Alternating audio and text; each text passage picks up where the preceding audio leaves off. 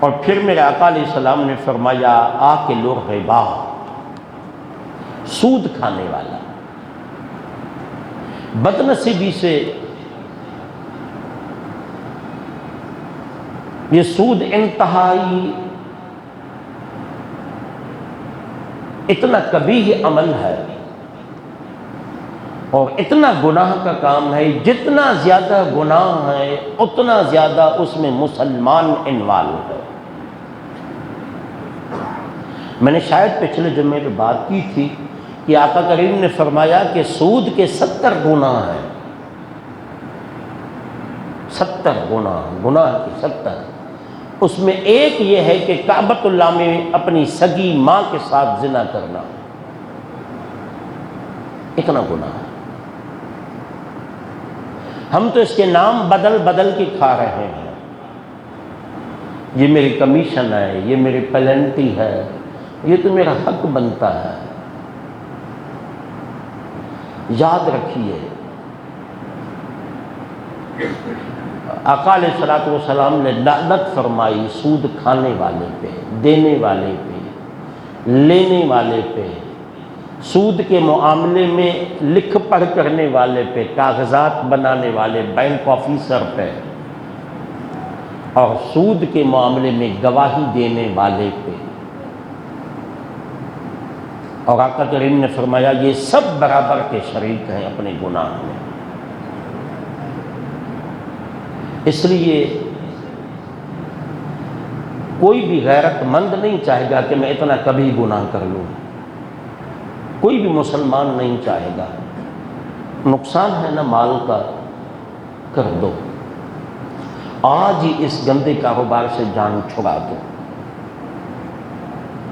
اللہ کی ذات پہ توکل کرو۔ اب تو اسلامک بینکنگ بھی آ گئی ہے، یہاں شیطان ہمیں گمراہ کرتا ہے۔ ایک ہی بات ہے یار، لفظوں کا ہیر پھیر ہے بھائی، یہ نازک معاملات ہوتے ہیں، مجھے اور آپ کو سمجھ میں نہیں آئیں گے۔ جب مفتیان اعظام کسی معتمد مفتیان اعظام جب کسی بینک میں ہیں، اس بورڈ میں ہیں، ان کو چیک کرتے رہتے ہیں کہ ان کا کاروبار کیسا ہے، اور ہم نے ایک مفتی کی فتویٰ پہ عمل کرتے ہوئے اگر سودی بینک سے اپنا معاملات ختم کر کے غیر سودی بینک سے قائم کر لیے، اگر یہ سود ہے بھی کم از کم ہم پہ گناہ تو نہیں ہوگا۔ گناہ تو اس پہ ہوگا جس نے فتویٰ دیا ہے۔ اور رہی بات یہ کہ مجھے کوئی سمجھائے، ہر بات تیرے اور مجھے سمجھ میں نہیں آتی، ہمیں مفتیان اعظام کی فتویٰ پہ اعتبار کرنا ہوگا۔ اس کبھی کاروبار سے جان چھڑانی ہوگی۔ اب تو غیر مسلموں نے اس بلا سود بینکاری کے فائدے دیکھ کے اب کافر ملکوں نے بلا سود بینکاری پہ کام شروع کر دیا ہے، اور ایک ہم ہے، ایک ہم ہے۔ 32 سال پہلے عدالت نے فیصلہ دیا تھا، وفاقی شرعی عدالت میں، کہ سودی کاروبار ختم کر دو، معاملات درست کر دو۔ اس وقت کے وزیر اعظم، جو موجودہ وزیر اعظم کے بھائی تھے، وہ ریویو پٹیشن میں چلے گئے تھے، پہلے سپریم کورٹ میں گئے، پھر دوبارہ وفاقی شرعی عدالت میں چلے گئے کہ سود کے بغیر ہمارے کام نہیں چل سکیں گے، ہم تو تباہ و برباد ہو جائیں گے۔ اور اللہ نے فرمایا جو سود کا کاروبار کرتا ہے وہ اللہ اور اس کے رسول کے ساتھ جنگ کرتا ہے۔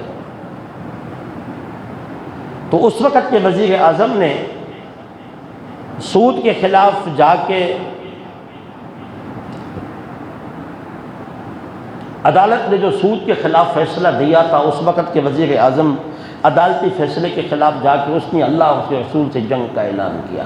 ابھی 1-1.5 مہینہ پہلے پھر 32 سال کے بعد فیصلہ آیا، ابھی پھر یہ ہماری حکومت چلی گئی۔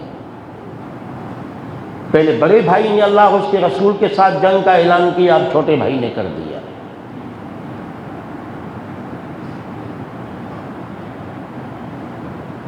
اور جب ہم نے یہ کیا، چند ہی دنوں میں ہم اللہ کے عذاب میں آ گئے، چند ہی دنوں میں۔ ہم نے جا کے عدالت میں یہ کہا نا ہمارا نظام نہیں چلے گا، بہت بڑا نقصان ہوگا۔ اللہ نے کہا چلو تم نے میرے ساتھ جنگ کا اعلان کیا ہے نا، میرے رسول کے ساتھ اعلان کیا، اب فائدہ کر کے دکھاؤ۔ معیشت دان کہتے ہیں ہم 50 سال پیچھے چلے گئے، لیکن ہم تو ہمیشہ بچپن سے ہی سنتے آئے ہیں پیچھے ہی گئے، پیچھے ہی گئے، آگے ہم چلے ہی نہیں آئے۔ وہ کیوں نہیں چلے؟ ہم نے اللہ اور اس کے رسول کی تعلیمات پہ عمل نہیں کیا۔